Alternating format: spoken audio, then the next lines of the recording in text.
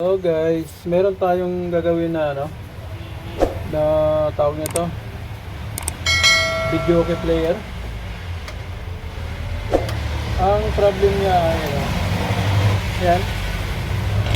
Wala kang display tapos kumukurap yung mga butones na yan, yung ilaw dito sa mga butones or sa mga micro switch. No? Wala siyang display. Parang bago pa siya. Ayan Mega Pro. Try nga natin yung supply nito kung ano yung status.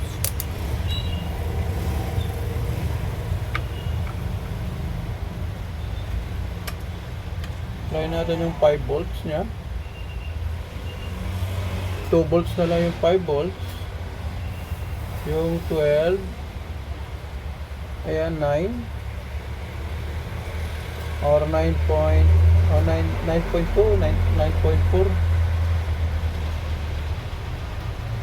So may negative to yung negative wala yung isang ito positive din yata to ng 12 volts, mababa din. Tapos yung negative wala talaga. Negative 12 yata to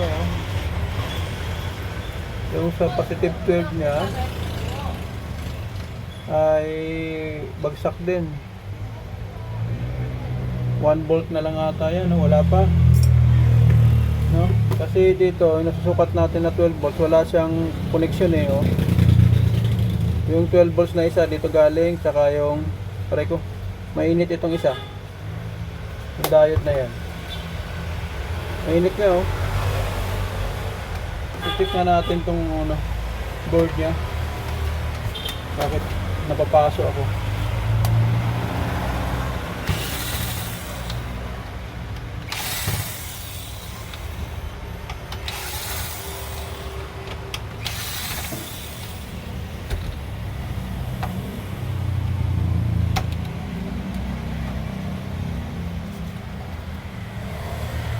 Sabi muna natin yan.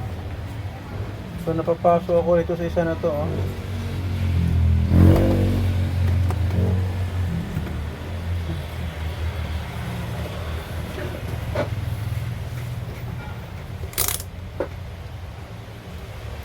Extend muna tayo.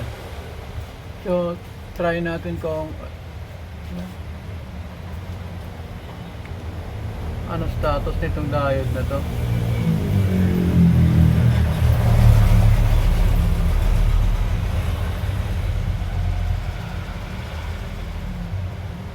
Shorted na tong isa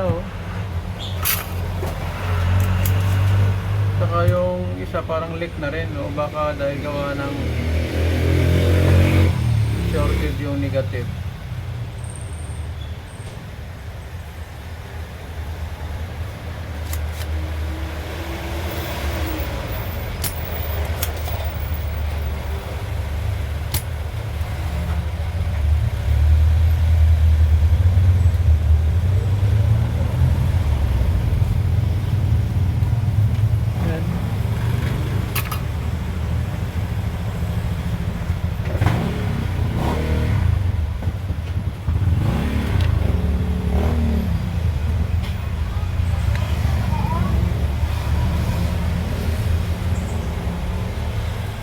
FR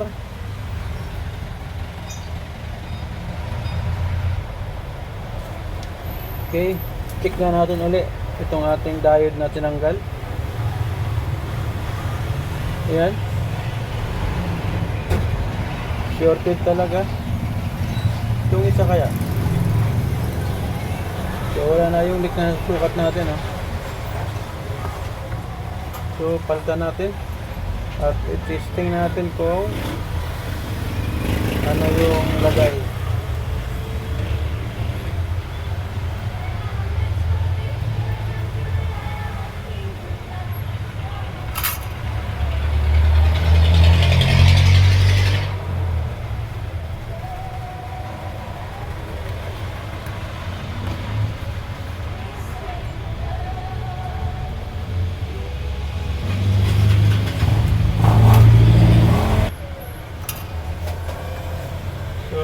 i-resolder na rin natin tong mga katabi ng mga capacitor na to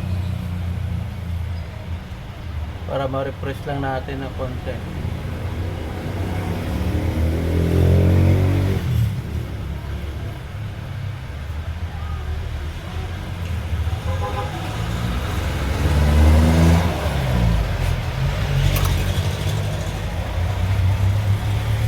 Okay, check nga natin kung may voltahe na siya.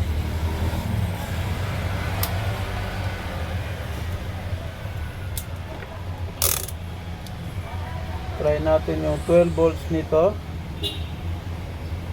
So meron na siya, oh. So gagamit nga tayo ng digital para makita natin lang maayos, para mabasa din ninyo kung ano yung aking sinusukat.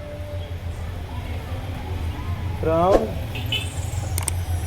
negative 10.9, kabila ay 10.7. yung 5 volts nya stable. Okay,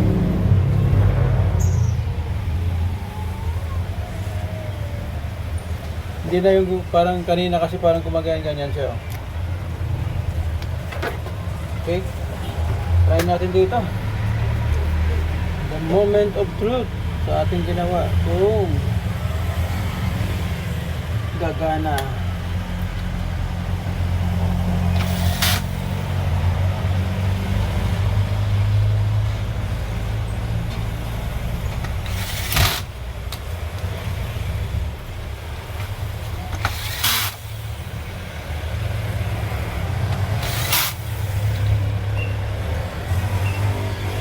Kabit muna natin to, socket natin. Then play. Ayun, oh. Nice.